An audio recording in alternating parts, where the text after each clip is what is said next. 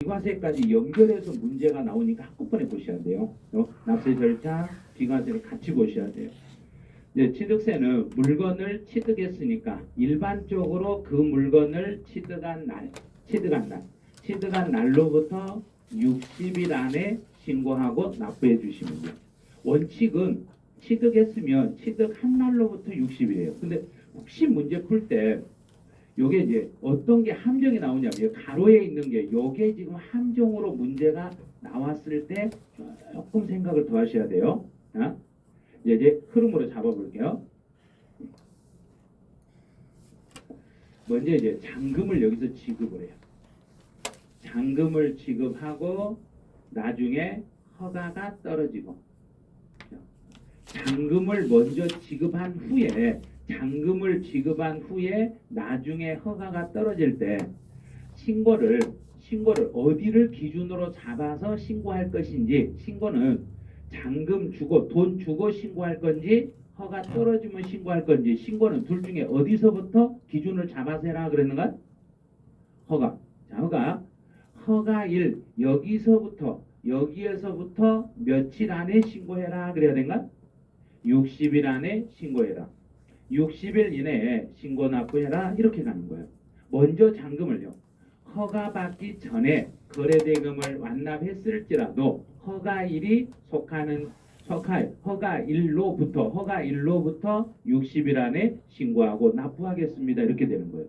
그래서 취득세는 허가가 나기 전에 거래대금을 완납을 했을지라도 돈을 먼저 줬을지라도 내가 허가 떨어지면 여기서부터 60일 안에 취득세를 신고해 주시면 돼요. 여기 예외 규정이니까 혹시라도 가로 항목으로 허가하고 관련된 걸로 문제 냈을 때는 허가일하고 잔금 지급일 중에서 허가 떨어지고 나면 여기서부터 60일 안에 신고 들어가요. 이렇게 잡으시면 돼요. 이번은 올해 법 개정된 거네요. 증여가 이번에 법이 개정이 된 내용이라 증여는 개정된 내용이면 문제 나오면 그렇게 어렵진 않을 거예요. 그래서 문제 풀 때 앞에가 증여라고 이렇게 딱 나오면 그 다음에 봐야 될 지문이 하나 있어요. 증여 나오면 반드시 봐야 될 지문이 달의 말일. 이 중에 달의 말일이 어디 있는가를 먼저 찾아요. 달의 말일 없는 건 틀렸고 달의 말일 여기서부터 3개월 이내에 신고하고 납부하시면 돼요. 네, 앞에가 계약일인가 취득일인가 이런 거 크게 신경 안 쓰셔도 돼요. 취득한 날, 취득일이 속하는 달의 말일부터 3개월 안에 증여분에 대해서는 취득세 신고를 해주시면 돼요. 이제 상속이 나와도 이제 상속을 받았어요. 그러면 상속을 받았을지라도 반드시 상속을 받아도 뒤에는 뭐만 찾으면 되고, 그렇죠. 달의 말일만요. 이 달의 말일이 있는가만 여기만 찾으시면 돼요. 달의 말일 없는 건 틀린 거예요. 상속도 달의 말일, 상속 개시일이 속하는 달의 말일부터 6개월이에요. 단 외국에 한 명이라도 주소가 있으면 몇 개월로 바꿔버리면 된가? 9개월로 바꿔치게 버리시면 돼요. 이제 이 4번 지문은 작년에 정답으로 유도했던 지문이에요. 이게 작년 정답 지문이에요. 네, 법정 신고 기한 내에 법정 신고 기한이라는 것은 일반적으로 며칠 이내에 이렇게 해서 가면 되는가? 그냥 간단하게 일반적인 경우 60일이니까 60일 안에 등기나 등록을 하려고 하면, 그러면 60일이 되기 전에 등기를 먼저 할 생각이면 세금도 먼저 내놓으란 이야기인가 나중에 내놓으란 이야기인가? 먼저 내는데 언제까지 세금을 내나요? 그러면 등기 서류를 등기 관서에 접수하는 날까지요. 접수하는 날까지 법정 신고 기한 내에 등기를 하려고 하면은 등기 서류를 등기 관서에 접수하는 날까지 신고하고 납부를 해주시면 돼요. 이제 5번은 이제 작년에는 요 지문이 작년에 어디서 나왔냐면 등록면허세에서 이 지문을 출제했어요. 똑같아요. 취득세와 등록면허세는 채권자가 나를 대신해서, 그러면 그 사람을 대신해서 채권자는 취득세나 등록면허세를 신고 납부할 수 있다 해야 된가 없다 해야 된가? 자, 여기 있어요. 취득세 신고 납부할 수 있어요. 그럼 정부는 채권자한테 내가 아닌 채권자에게 취득세나 등록면허세를 받았으니까 받았다는 사실을 그 사람에게 어떻게 알려줘라 그랬는가? 즉시 통보해 주셔야 됩니다. 만약에 즉시 통보 안 하면 이중과세, 이중납부가 돼버릴 수 있으니까 반드시 즉시 통보를 하셔야 됩니다. 그래요. 이제 6번은 지금 31회부터 33회까지 계속 출제가 되고 있네요. 여기는 요즘은 그냥 어려운 건 아니에요. 처음에 과세에서 나중에 중과세로 가거나 처음에 비과세에서 나중에 과세로 돌아서거나 추가 사유가 발생하면 그 사유 발생일로부터 60일 안에 신고하되 그래서 추가 사유가 발생이 되면 전체를 가지고 다시 계산해라 그랬는가? 추가분만으로 계산해라 그런가? 전체를 가지고 계산하고 이미 앞에서 냈던 세금이 있으면 그 세금을 뭐 해주고 공제해주고. 그런데 여기서 이제 주의할 게 이미 낸 세금 속에 가산세가 들어있으며 가산세를 포함해서 공제한다, 제외하고 공제한다. 자, 제외하고요. 가산세를 제외하고 공제하겠습니다. 그래서 가산세라는 것은 벌칙으로 물린 금액이기 때문에 이 벌칙인 경우에는 나중에 추가 사유가 발생이 되더라도 가산세는 빼주지 않아요. 그래서 이미 낸 세금 속에 가산세가 들어있으며 가산세는 제외한 금액을 공제하겠습니다. 그래요. 이제 올해 이제 7번은 가산세 중에서 나올 수 있는 유일한 지문이라고 보시면 돼요. 요게 가산세에서 나올 수 있는 지문이 취득세 가산세에서 나올 수 있는 건 요 지문을 낸다고 보시면 돼요. 먼저 이제 취득세를 시가 인정액으로 신고를 했어요. 그러면 시가 인정액으로 신고했다는 이야기는 내가 취득한 금액으로 신고했는가요? 다른 사람 금액을 갖다 신고했는가? 다른 사람 금액이죠. 내가 물건을 취득해서 내 것이 아니라 시가 인정액으로 신고해 놓고 나중에 다시 시가 인정액으로 수정 신고를 했네요. 그럼 일반적으로 수정 신고를 하면 일반적으로 수정 신고하는 경우에는 가산세를 물어야 되는가 안 물어야 되는가요? 일반적인 수정 신고는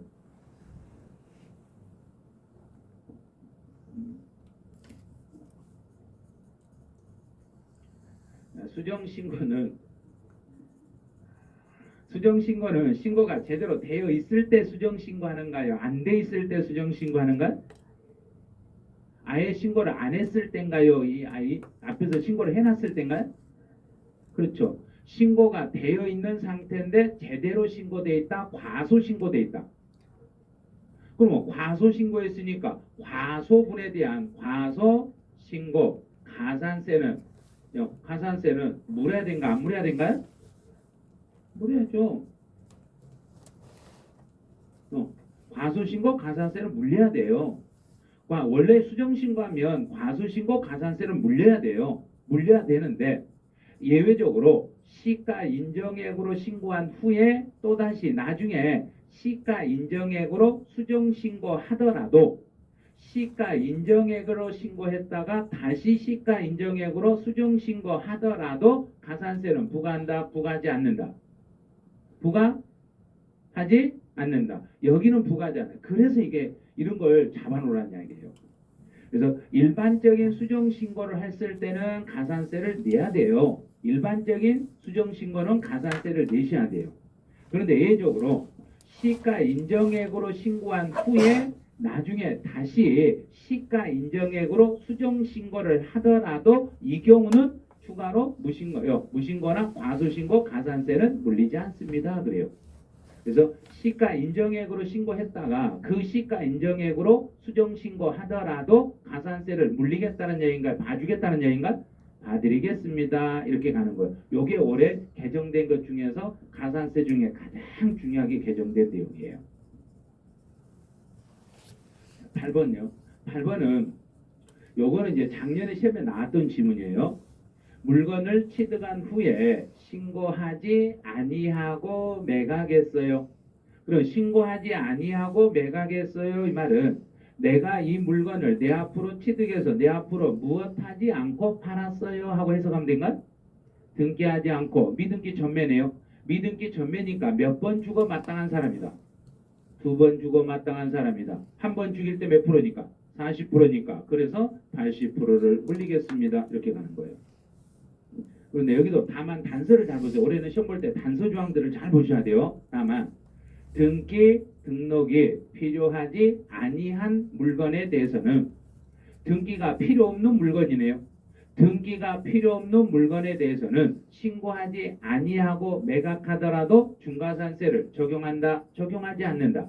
적용하지 않는다. 그럼 이제 여기서 이제 예외 기준까지 가보죠. 자, 등기, 등록이 필요하지 아니한 물건에 대해서 신고하지 않고 매각을 해버렸네요. 신고하지 않고 매각을 했어요. 자, 그럼 원칙은, 자, 원칙. 신고하지 아니하고 매각했을 때는 원칙은 중과산세를 적용한다 그래야 된가? 적용하면 안 된다 그래야 된가? 적용하면 안 된다. 여기까지 찾았어요. 이제 여기까지 찾았죠? 신고하지 아니하고 매각했을 때는 중과산세를 적용하는 건 아닙니다. 그런데 어떤 것은 등기가 필요 없을지라도, 등기가 필요 없는 물건일지라도 신고하지 아니하고 매각하면 어떤 건 중과산세를 물리는 게 있어요. 어떤 물건은 예외적으로 등기가 필요 없을지라도 중과산세 적용을 받는다. 물건이 있어요. 취득세 대상물 중에서 물건이 있어요.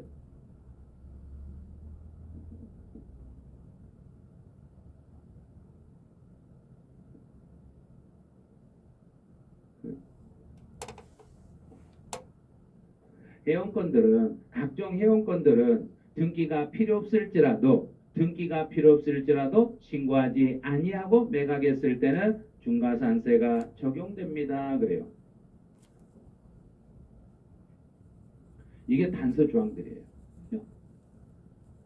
그래서 등기가 필요 없는 물건이라 해서 무조건 중과산세를 적용하는 게 아니라 중과산세를 빼주는 게 아니고 등기가 필요 없는 물건일지라도 누구는 예외적으로 중과산세를 물리겠다는 얘기인가?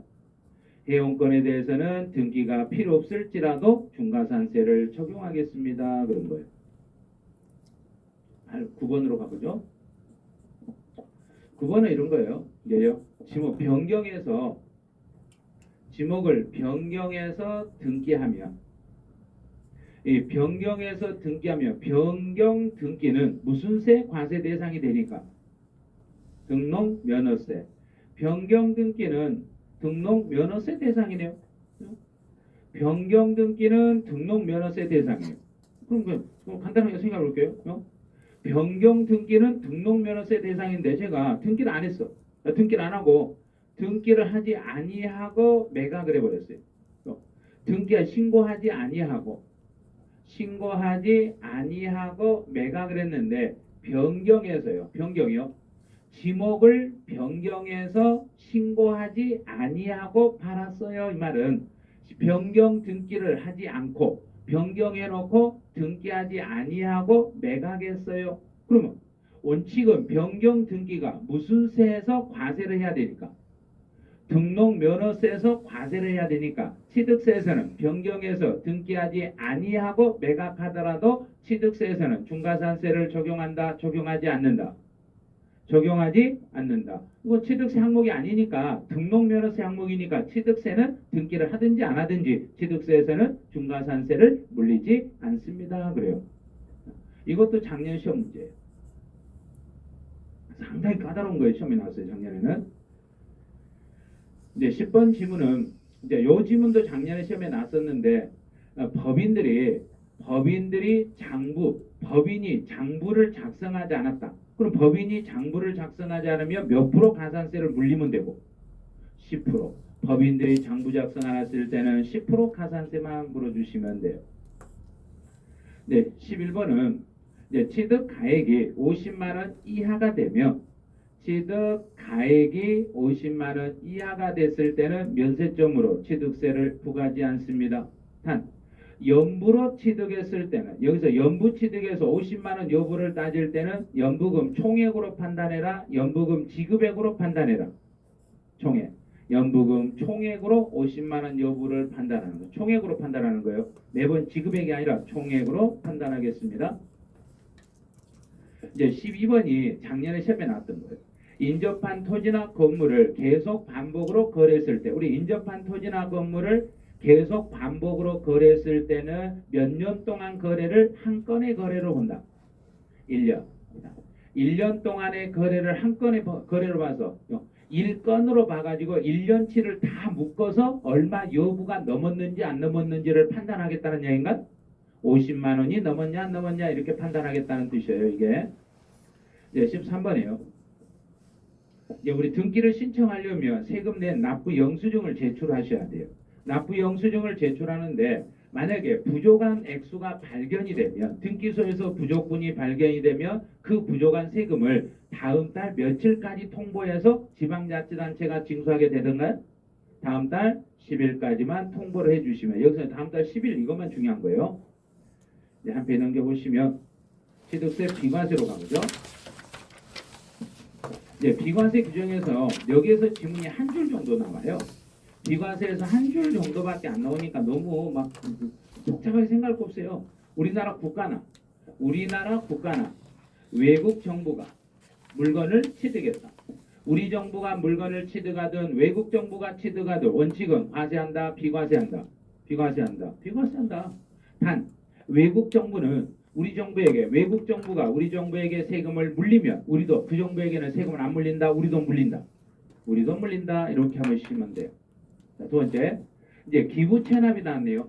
기부 체납이 나오면 기부 체납이라는 거 그냥 간단하게 기부 체납은 내가 이 물건을 구입했는데 이걸 샀는데 뭐 하려고 구입했는가? 기부하려고. 기부라는 거 돈 받고 안 받고 또 내가 돈도 안 받고 내가 이 물건 사가지고 정부에게 그냥 줄 생각이에요. 정부에게 공짜로 줄 생각이니까 원칙은 세금을 물린다 안 물린다? 안 물려요.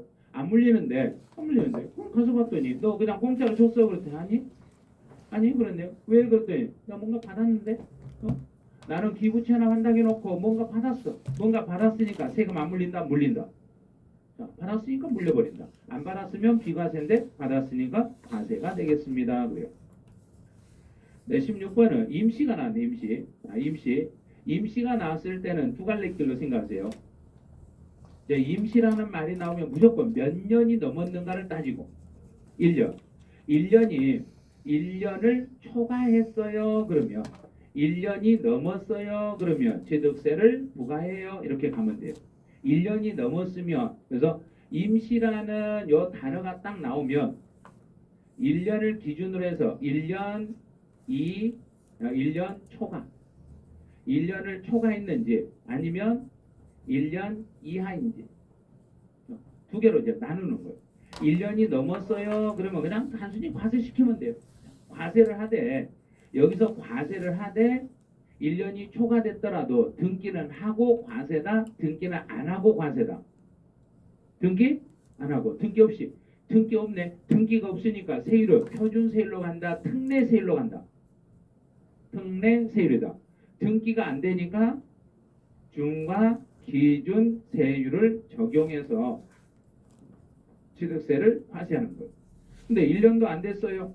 1년도 안 된 임시사용 건축물이에요. 그러면 원칙은 비과세예요. 1년도 안 됐으면 비과세예요. 1년도 안 되는 건 비과세인데 또 여기서도 예외 규정했네요. 1년도 안 됐더라도 단 예외적으로 사치성 재산에 해당이 되면 사치하는 재산에 해당이 되면 예외적으로 과세 대상입니다. 이렇게 가면 돼요. 그래서 1년 이하의 물건이라고 해서 1년 이하라고 해서 무조건 비과세로 가는 게 아니라 1년 이하일지라도 사치하는 재산은 과세니까 사치성 재산을 사치하는 재산을 보니까 뒤에는 부과하지 않는다 이렇게 나왔죠. 부과하지 않는다 그랬으니까 사치성 재산을 포함해서 부과하지 않는다, 제외하고 부과하지 않는다. 요 가로 항목을 꼭 확인을 해 주시는 거. 사치성 재산을 제외하고 부과하지 않겠습니다. 이렇게 읽으시면 돼요. 17번. 신탁재산 중에서 조합원의 부동산을 취득하거나 조합이 비조합원의 부동산을 취득했네요. 그럼 조합하고 조합원의 부동산을 이렇게 거래가 이루어졌어요. 또 조합하고 비조합원하고 이렇게 거래가 이루어졌어요. 서로 물건을 주고 대가를 받고 거래가 형성이 됐으니까 이 경우는 취득세를 부과한다, 부과하지 않는다. 부과한다, 부과한다라고 이렇게 잡는 거예요. 서로 간에 거래를 했으니까. 그러면 위탁자가 수탁자에게 넘기거나 수탁자가 위탁자에게 돌려주는 것은 요거는 취득세를 부과한다, 부과하지 않는다. 부과하지 않는다. 이제 18번 질문이네요. 이제 판매권 행사인데 여기서는 판매권의 행사라는 이야기는 내가 넘겼다는 이야기가 가지고 다시 가져왔다는 이야기인가? 다시 가져왔어요. 다시 가져왔는데 누구한테 넘겼던 걸 가져왔는 걸 보세요. 국가에게 뭐 된 것을? 수용된 것을. 수용. 국가에게 넘어간 것을 내가 가져왔어요. 그럼 내 재산이 국가에게 넘어가면 너는 과세다, 비과세다? 비과세다. 국가한테 넘어가면 비과세예요. 국가한테 넘어간 건 비과세고 국가한테서 내가 다시 가져오는 거 비과세로 갔다가 다시 돌아올 때도 과세다, 비과세다? 비과세다. 그래서 이거는 과세하지 않는다 이렇게 가는 거죠. 19번은 시험에 나올 때마다 시험에 나오는 지문이니까 요거는 지금 30회 때 나왔어요. 이번에 나올 차례는 바로 이 19번 지문이에요. 공동주택, 우리 아파트를 수리했네요. 집수리. 자, 공동주택을 개수했으면 한번 이제 연습 한번 볼게요. 공동주택을 개수해서 가액이 증가되면 원칙적으로 가액 증가분에 대해서는 과세한다, 과세하지 않는다. 과세한다, 과세하죠. 과세를 하는데 등기를 포함해서 과세한다, 등기는 빼고 과세한다. 등기 빼고, 등기 할 필요 없으니까 등기 빼고 그랬으니까 무슨 세율로? 중과 기준 세율을 적용해서 취득세를 과세하겠습니다. 그런데 가액이 증가됐더라도 여기서 이제 단서가 또 나와요. 가액이 증가됐더라도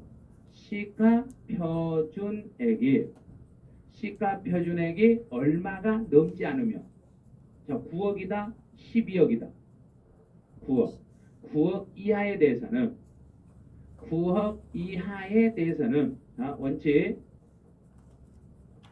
원칙은 시가표준액이 9억 이하 가액이 증가되더라도 내 공동주택의 시가표준액 9억 이하가 됐을 때는 비과세로 세금을 물리지 않습니다. 그런데 여기서 또 단서가 또 있어요. 단서가 한 번 더 있어요. 9억 이하의 주택일지라도 대수선에 대해서는 과세 대상이 되겠습니다. 그래서 언제나 9억 이하를 먼저 한번 확인하시고 9억 이하가 되는 주택은 취득세를 부과하지 않는다는 걸 확인하시고 9억이 넘지 않았다고 나오면 가로에 대수선을 포함한다, 제외한다. 꼭 확인하셔야 돼요. 대수선을 제외하고 9억이 안 되는 집들은 비과세 대상입니다. 만약에 대수선에 대해서는 9억이 넘어야만 과세란 얘기인가 안 넘어도 과세란 얘기인가? 안 넘어도 과세 대상이 되겠어요. 이렇게 하시면 돼요. 20번. 이제 차량의 초과로 차량을 사용할 수 없는 경우네요. 자동차를 사용할 수 없는 자동차를 상속을 받았어요. 그러면 사용이 불가능한 자동차니까 이거 상속을 받으면 취득세 물린다? 안 물린다? 원래는 물려요. 물리는데 상속을 받고 내가 사용할 수 없으니까 상속받고 나서 몇 개월 안에 폐차를 시켜버리면 3개월 안에 폐차를 시키셔야 돼요. 그래서 3개월 이내에 말소 등록이 되면 그때 가서 취득세를 부과하지 않습니다. 이렇게 가는 거예요. 그래서 3개월이라는 시간 안에 폐차를 시켜버리면 상속을 받은 차량이 사용할 수 없는 차량에 대해서는 취득세를 부과하지 않습니다. 여기까지 해서 취득세가 끝나요. 등록면허세로 가보죠. 등록면허세는 전체가 묶여가지고 한 문제가 나올 수도 있고 운 좋으면 두 문제가 나올 수도 있어요. 등록면허세가 많이 나오면 나올수록 그의 시험 보시는 분들이 운이 좋은 거예요. 왜냐하면 등록면 너무 쉽기 때문에. 그래서 등록면허세는 시험에 나올 수 있는 지문이 여기 교재에 들어있는 35개 있어요. 지문이.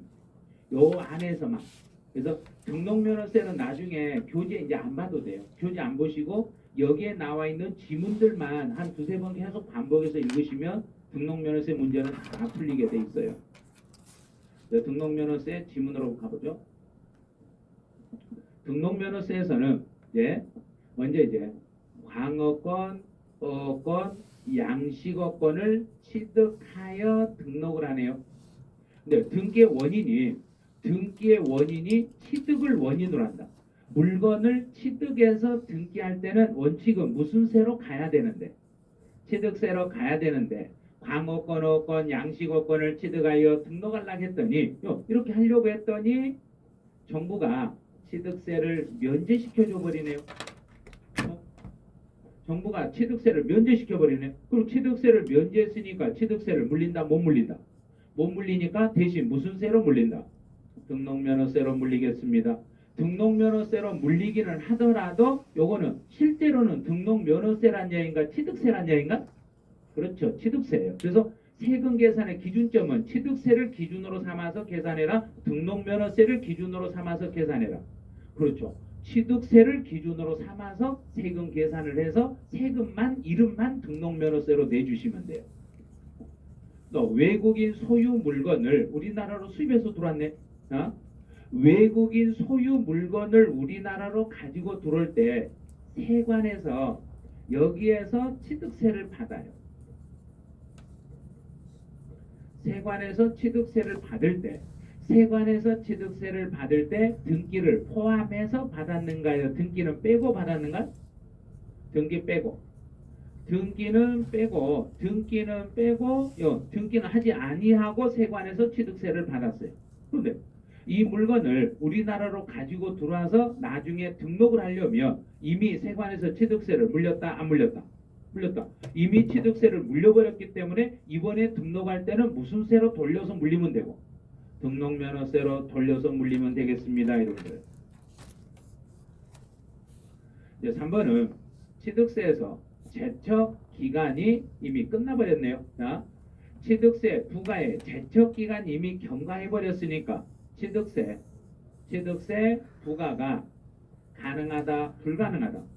불가능하네요. 취득세 부과가 불가능하게 바뀌어버렸네요. 취득세를 부과할 수 없으니까 등기를 하려면 이제 취득세를 못 물리는 대신에 등록 면허세로 돌리면 되겠네요. 또 4번은 취득세 면세점에 해당하니까 취득세 부과가 불가능합니다. 취득세 부과가 불가능하니까 면세점에 해당하는 물건을 등기하더라도 이제 무슨 세로 돌리면 되는 거고 등록면허세로 돌려서 받으면 되겠습니다. 요 4개 중에 한 줄 정도는 아마 거론이 될 거예요. 이제 5번 가보죠. 5번은 등록면허세 납세 의무자는 누구예요? 그러면 등록면허세에서 등기를 할 때 등록면허세는 설정과 변경과 소멸에 대한 사항을 공부에 등기하거나 등록할 때 세금은 누구에게 물려요? 그러면 실제 주인에게 물려요? 그런가? 이름 쓴 사람에게 물려요? 그런가? 이름 쓴 사람에게 등록면허세를 물리겠습니다. 여기서 한 단계 더 들어가 볼게요. 이름을 써놓고 법정에서 소송에서 무효 판결을 받았어요. 등기가 된 후에 무효 판결을 받으며 이미 낸 세금은 돌려준다, 안 돌려준다? 절대 돌려주지 않아요. 이름 써버렸으면 안 돌려줘요. 그래서 오늘 이제 내용을 설명해 드릴게요. 오늘 이제 여기까지 지금 강의를 열심히 듣고 있는데 이제 등록면허세 끝나고 재산세 끝나면 엄청 어려워질 거예요. 내용이. 이게 이제 1시간 끝나고 이제 오후에 2번째 시간 들어가면 막 졸리기도 하고 막 굉장히 귀찮을 거예요. 그래서 공부하기 싫어져. 이제 공부하기 싫어지면 나 이제 공부 포기할래요 하고 나 책값 돌려주세요 하고 책값 돌려주세요 하고 가려고 했더니 책에다 이미 써놨다, 안 써놨다? 그럼 돌려준다, 안 돌려준다? 등기하고 똑같아요. 그게 등기부상에 이름을 한번 쓰면 소송에서 무효 판결이 나도 내가 낸 세금은 돌려받는다, 못 돌려받는다? 절대 못 돌려받아요. 그 생각만 하시면 돼요. 그러니까 책값 물러달라고 하시면 안 돼요. 책에다 썼으면 이제 그걸로 끝이에요. 이제 6번은 이 내용을 그대로 갖다 보시면 돼요. 자, 5번 내용을 6번으로 사례로 살짝 연결해 볼게요. 갑이 을 소유 부동산. 자, 여기서 그 부동산 주인은 누군가요? 을. 전세권 설정 등기다. 그러면 전세권 설정 등기할 때 납세 의무자는 누가 되고? 전세권자. 자, 여기서 이제 이 사람 해석이요. 전세권자를 임차인이라 한다, 임대인이라 한다. 자, 요걸 얼른 찾으면 돼요. 임차인. 임차인이네요. 그럼 임차인이 갑과 을 중에 누구다? 갑. 그럼 세금도 누가 낸다? 갑. 갑이 낸다. 이렇게. 이런 식으로 하면 돼요. 그래서 사례를 요즘은 옛날에는 아주 단답형으로 했는데 요즘은 사례 형태로 살짝 바꿔요. 어차피 똑같아요. 답은. 단답형이나 똑같은 사례라. 저당권 설정 등기를 하며 저당권 설정 등기할 때 납세 의무자는 누구예요? 그러면 저당권자. 자, 여기서 저당권자는 채권자라 간다, 채무자라 간다. 채권자가 되는 거예요. 그러면 만약에 제가 은행에서 돈을 좀 빌렸다. 은행에서 돈을 빌리면 제가 채권자가 되는가, 제가 채무자가 되는가? 채무자. 채권자는 누군가요? 그러면 저당권 설정 등기에 대한 등록면허세 납세 의무자는 은행이다, 대출 받은 자다. 은행이 채권자지. 지금 뭐 내가 채권자예요. 어? 은행 내가 혹시라도 은행이 나한테 떠넘겨서 내가 냈더라도 시험 볼 때는 내가 그러면 안 돼요. 큰일 나요. 내가 아니라 누구라고 해야 되는가? 은행 채권자인 은행이 납세 의무자가 됩니다. 이제 8번은 못 봤던 질문이네요. 자, 이게 나오면 무조건 뭘 생각하냐면 등기부상에 이름 쓴 사람이 누군가를 보시면 돼요. 등기부상에 기록되는 당사자가 누군지만 보고 풀면 돼요. 지방세 체납 처분으로 그 소유권을 국가나 지방자치단체 명의로 이전하는 경우에 이미 그 물건에 전세권, 가등기, 가압류 등기 돼 있어서 말소하는 대의적 등기와 성명의 복구나 소유권의 보존 등기 등 일체의 채권자 대의 등기에 대해서는 채권자 대위적 등기에 대해서는 이건 뭐냐면 그 물건에 이미 전세권 설정이 되어 있거나 저당권 설정이 되어 있으니까 정부가 이걸 뺏어가려고 이미 그 이름 써진 걸 그대로 이름 써놓고 있는가? 없애버리고 있는가? 없애버리고 있죠. 이름을 지우고 있죠. 채권자 대의적 등기에 대해서는 등록면허세를 누구에게 물려요? 그랬어요. 그러면 지금 정부가 채무자가 되는가요? 채권자가 되는가요? 채권자. 그럼 누가 채무자가 되는가요? 세금 안 낸 사람, 체납자. 이 사람이 채무자가 돼요. 그러면 이 경우에 세금을 누구에게 물릴까요? 그러면 지금 정부가 채권자니까 정부에게 물리면 되는가 안 되는가? 안 되죠. 정부는 자기들이 지금 뺏어가려고 한 거잖아요. 내가 이걸 뺏어가려고 하는데 이 물건에가 이제 가압류나 이런 게 걸려 있으니까 그걸 지우려고 그래. 그걸 지우려고 할 때 정부가 자기들 돈으로 지우겠는가요? 그 사람한테 너 지워 그런가요? 너 지워. 네가 지워. 네가 돈 내놔. 그러면 그 사람이 누군가요? 자, 그 사람이 소유자가 되는 거예요. 그 사람이 소유자가 되는 거예요. 이제 9번으로 가보죠. 자, 여기서부터는 이제 과세 표준에 대한 내용입니다. 과세 표준 문제 나올 때 조금 생각을 조금 할 게 하나 있어요. 등록면허세 과세 표준이라 했으니까 등록면허세라고 했으니까 과세 표준을 등록 당시의 가액을 기준으로 하시면 돼요. 등록면허세는 등록 당시 가액을 기준으로 하는데 10번 앞에다가 주의하고 다루세요. 10번을 조심하세요. 취득을 원인으로 등록을 하는 것. 그러면 물건을 취득해서 등록할 때는 원칙은 무슨 세로 부과해야 되는데 취득세로 부과해야 되는데 취득세 부과가 불가능해서 예외적으로 등록면허세로 돌렸더라도 기준점은 취득이 기준점이 돼야 되는가요? 등록면허세가 기준점이 돼야 되는가? 취득이 기준점이 되는 거예요. 그래서 당시를 무슨 당시 가액으로 계산해라. 취득 당시예요. 여기는 취득 당시를 기준으로 이렇게 하는 거예요. 취득을 원인으로 등록을 했기 때문에 등록 당시가 아니라 취득 당시를 기준으로 세금을 계산하셔야 됩니다. 다만 이제 자산 자산 재평가나 감가상각으로. 그러면 자산 재평가를 통해서 가격을 올린다 그랬는가 내린다 그랬는가? 재평가는 올린다. 감가상각은 내린다. 그럼 금액이 올라가거나 내려갔을 때는 변경 전의 가격으로 물린다. 변경된 가격으로 물린다. 변경된. 변경된 가액을 기준으로 하시겠습니다. 그래요. 이제 11번부터는 완전 단답형의 문제예요. 여기서부터는 완전 단답형의 문제예요. 이제 지상권 설정했을 때는 부동산 가액을 가등기는 두 가지가 있죠. 일반적인 가등기는 부동산 가액으로. 근데 여기는 담보를 하겠으니까 담보로 잡고 있는 건 뭐 하려고 담보로 잡고 있는가? 돈 받으려고. 그러면 채권 금액이 되겠습니다. 네, 13번은 저당권, 경매 신청, 가압류, 가처분 요 네 가지는 요 전부 다요. 이 네 가지는 전부 다 뭐 하려고 이런 행위를 하는가? 돈 받으려고. 그러면 채권 금액으로. 지역권 설정은 지역권은 요역지와 승역지 두 개가 있는데 이 중에서 내가 뭔가 이득을 보면 세금을 내니까 나에게 편익이 제공 나에게 돌아오는 것 요역지 가액을 과세 내가 편익을 제공받으면 세금을 내는 거예요. 그래서 요역지 가액을 과세 표준으로. 전세권 설정 등기할 때는 세입자가 뭐 받으려고? 전세 금액을 받으려고. 16번 요것만 조심하세요.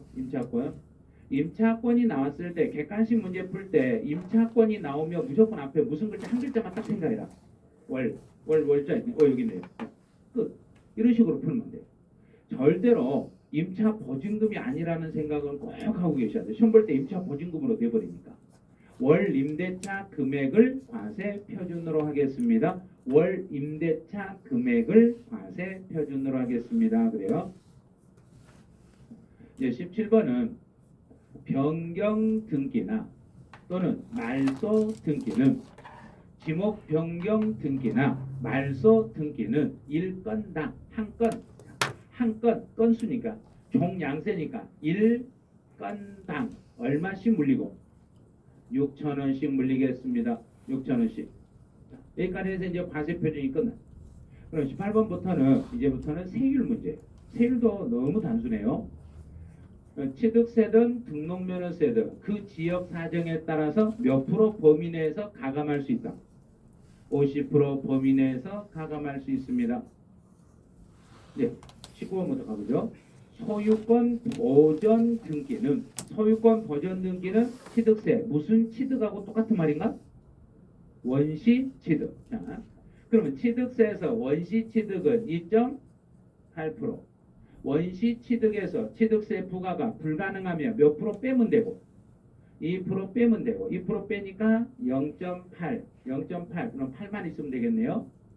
상속으로 취득했어요. 그럼 이제 취득세를 다시 볼게요. 취득세에서 물건을 취득했을 때 세율이 상속을 받을 때 농지를 상속을 받게 되면 세율은 2.3%. 농지가 아닌 것, 농지 이외를 상속을 받았을 때는 2.8%. 그럼 하나의 물건에 여러 개가 이렇게 중복이 되면 그 중에 더 높은 거, 더 높은 걸 택하되 상속을 받아가지고 취득세 부과가 불가능하면 다시 몇 프로 빼고 2% 빼고 2% 빼니까 남는 게 0.8. 0.8이니까 8만 나오면 되겠죠. 네, 21번은 이제 증여네요. 증여를 받았을 때는 증여도 똑같이 하시면 돼요. 증여를 받으면 취득세에서 개인들이 증여받았을 때와 비영리 단체가 증여를 받았을 때로 나누면 돼요. 개인들이 증여받으면 3.5%, 비영리 단체 2.8. 이 둘 중에 더 낮은 걸 택한다, 높은 걸 택한다. 높은 거 택해서 증여를 받아서 취득세 부과가 불가능하면 2% 빼면 돼요. 2% 빼고 1.5. 그러면 15가 있는 것만 답으로 찾으시면 돼요. 네, 전세권. 자, 지금부터는 주의할 게 세율이 나와도 세율에다가 바로 체크해버리면 안 돼요. 지금부터는 과세 표준하고 세율하고 같이 두 개를 동그라미 쳐가세요. 전세권은 전세 금액의 0.2 반드시요. 앞에요. 과세 표준의 세율을 곱한다는 걸 이걸 생각을 하셔야 돼요. 자, 대도시 밖에 있네요. 그럼 이 대도시라는 것은 대도시가 나오면은 취득세에서 우리는 어느 지역으로 해석하면 된가요? 과밀억제권역. 그럼 취득세에서 대도시 과밀억제권역 나오면 취득세는 몇 배로 중과세하고? 2배. 등록면허세는 3배예요. 은행이 나오면 딱 3개를 연결해야 돼요. 은행, 병원, 백화점 요 3가지. 은행이나 병원이나 백화점 3가지는 요 3개예요. 이것들은 도시에서 꼭 필요한 업종이다. 도시에서 필요 없는 업종이다. 이런 업종을 도시형 업종이라고 그래요. 도시형 업종에 대해서는 중과세를 하지 않습니다. 중과세 배제가 됩니다. 중과세는 하지 않습니다. 그래요. 중과세를 안 한다는 이야기는 3배로 가는 게 아니라 무슨 세율을 적용하겠다? 표준세율을 적용하겠습니다. 이렇게. 25번부터는 이제 납세지 문제네요. 등록면허세는 지방세니까 지방세 납세지는 그 부동산 소재지.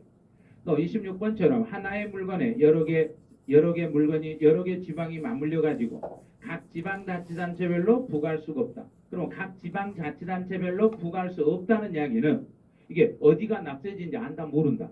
모르면 어디로 간다? 등록 관청 소재지를 납세지로 잡으시면 돼요.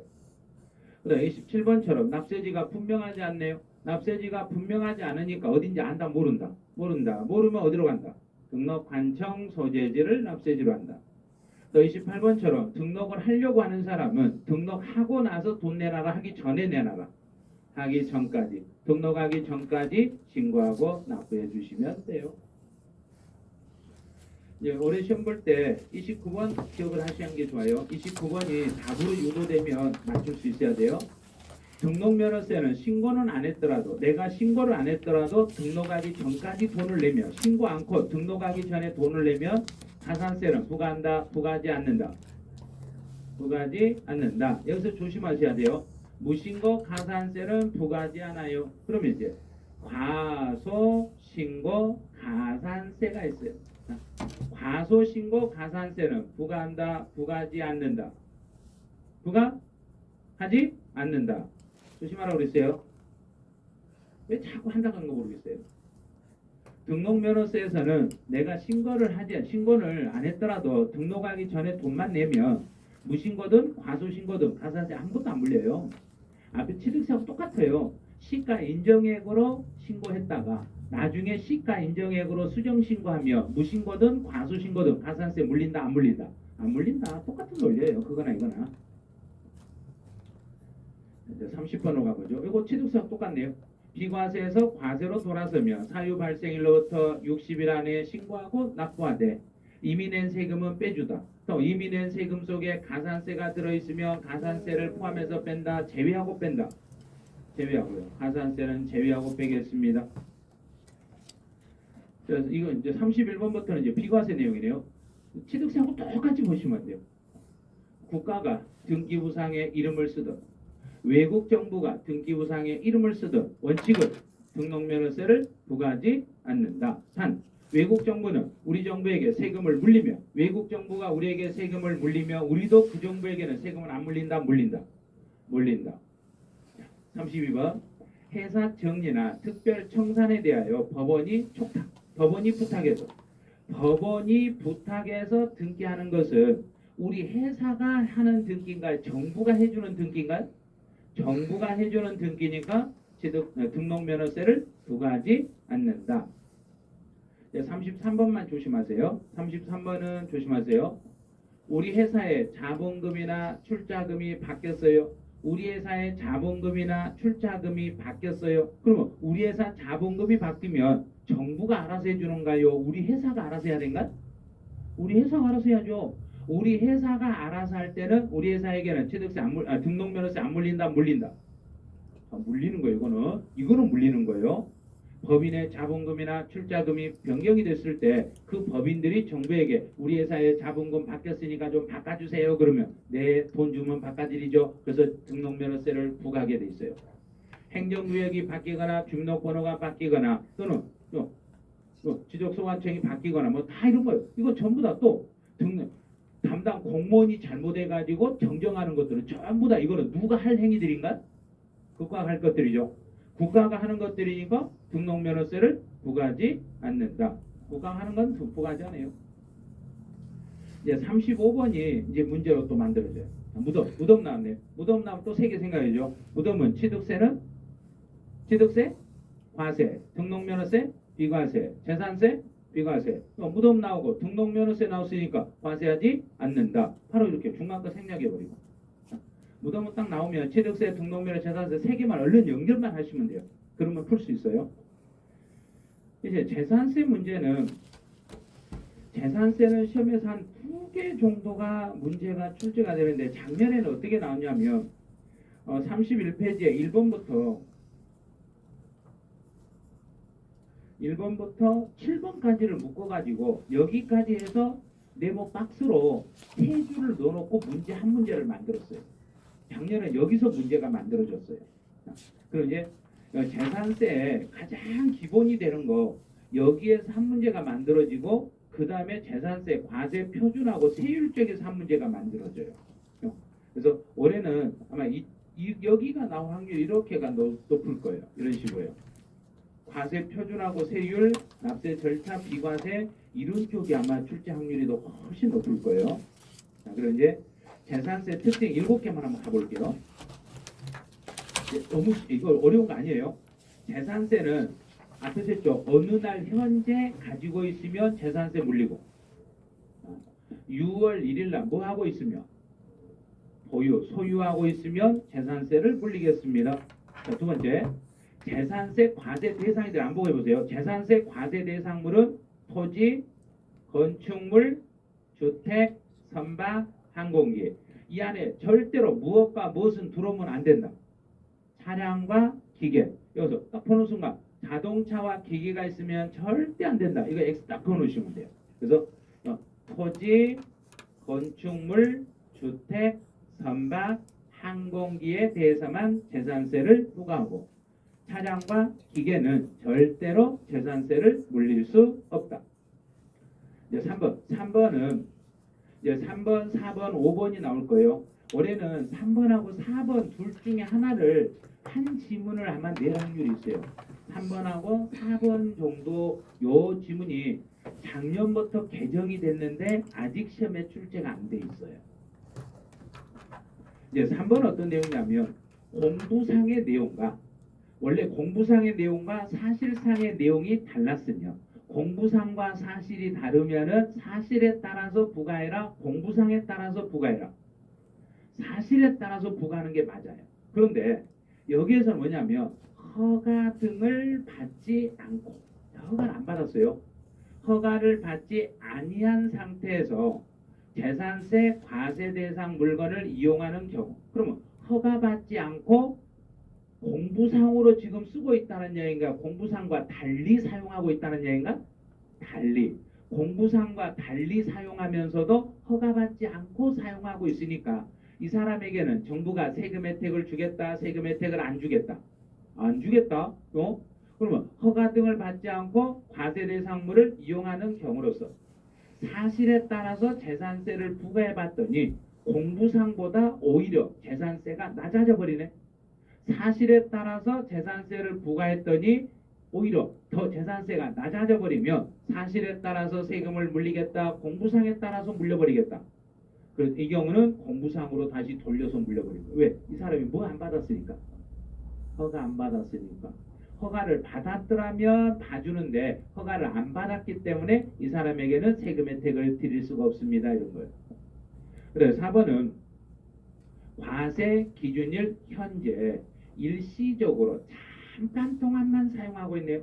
그럼 잠깐 동안만 공부상으로 사용하고 있다는 얘기인가? 공부상과 달리 사용하고 있다는 얘기인가? 그렇죠. 공부상과 다르게 잠깐 동안만 공부상과 다르게 사용하고 있을 때는 사실에 따라서 물린다. 그대로 공부상으로 물린다. 그대로. 일시적으로 다르게 사용하고 있더라도 잠깐 사용하고 있는 걸 정부가 확인할 길이 없으니까 이런 경우는 공부상 현황에 따라서 재산세를 물리겠습니다. 그래요. 이제 5번은 1구가 나왔네요. 1구라는 단어가 나오면 그래서 1구가 나오면 이렇게 1구가 나오면 면적 크기를 비교한다 해야 된가? 비교 안 한다 해야 된가?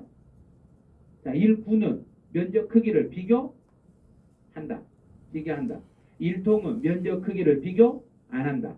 그러면 1구에서 주거용으로 사용되는 면적이 그러면 주택으로 본다 그랬어요. 주택으로 본다는 이야기 이 말은 뭐냐면 전체를 주택으로 본다는 이야기예요. 일부가 주택이고 일부가 주택이 아닐지라도 전체를 주택으로 보려면 전체 중에서 주거용으로 사용되는 면적이 전체 중에서 주거용으로 사용하는 면적이 몇 프로가 넘어가면 전체를 주택으로 본다. 50% 이상이면 이렇게 되는 거예요. 50%가 넘으면 근데 작년 시험은 60%라고 나왔어요. 주거용으로 사용하는 면적이 60%면 주거용이 사용되는 면적이 60이니까 50이 넘었다 안 넘었다? 넘었으니까 전부 주택이다 주택만 주택이다? 전부 주택이다. 그래서 주거용으로 쓰는 면적이 50%만 넘으면은 전체를 주택으로 보겠습니다. 또 6번은 부속토지 이거 취득세 배웠던 거네요. 부속토지의 경계가 명백하지 않으면 지방세는 무조건 몇 배로 간다? 10배를 부속된 토지로 잡아주시면 돼요. 7번까지 가보죠. 7번은 여기서는 이제 독립생활이 가능할 정도로 분리된 부분이 있으면 그 분리된 부분을 일구의 주택으로 간주하는 게 있어요. 독립하여 1가구가 독립하여 구분 사용할 수 있도록 분리된 부분이 있으면 그 분리된 부분을 일구의 주택으로 보는 것은 다 가구라고 하는가요? 다 세대라고 하는가요? 다는 맞아요. 다 가구다. 다 세대다. 다 다세대는 아파트예요. 아파트는 안 돼 이거. 여기 다가구. 다가구가 그런 거죠. 다가구는 원래는 집이 몇 개란 이야기인가? 한 개. 원래는 크게 한 개인데 1가구가 독립생활이 가능할 정도로 따로 분리된 부분이 있으면 그때는 전체를 한 집으로 봐라. 나눠서 집으로 봐라. 근데 우리 아파트 같은 경우는 아파트 동 하나를 집으로 보는가? 각각을 집으로 보는가? 원래 각각이 아파트는 그러니까 여기는 다세대가 아니라 다 가구를 이렇게 분석한다는 이야기예요. 그럼 이제 틀린 분이 있었으니까 벌칙으로 다가구에 대한 전체 해석을 한번 해보죠. 자, 이제 재산세에서는 1가구가 독립생활이 가능할 정도로 분리된 부분이 있으면 일부의 주택으로 보는 게 다가구 재산세예요. 종합부동산세 다가구는 종부세에서 다가구는 어떻게 주택수를 판단해요? 그랬던가? 무조건 하나로. 자, 다가구는 종합부동산세에서는 1개의 주택으로 봐요. 또 다가구가 주택임대소득에서는 몇 개의 주택으로 보고 자, 주택임대소득에서는 다가구를 몇 개의 주택으로 봐주는 거고 한 개로 보는 거. 원래는 한 개로 보는데 단 구분 등기가 되어 있으면 몇 개로 본다? 각각의 주택으로 보겠습니다. 이제 마지막 양도소득세요. 양도소득세에서 다가구 주택은 하나의 매매 단위로 양도했을 때는 몇 개의 집으로 보고 하나로 보고 각각의 매매 단위로 양도했을 때는 몇 개로 보고 각각의 주택으로 보겠습니다. 이게 다가구 주택의 분석 방법이에요. 이제 여기까지 해놓으시고 또 잠시 쉬었다가 토지과세 고운 버튼은 잠깐 또 쉬었다 가보죠.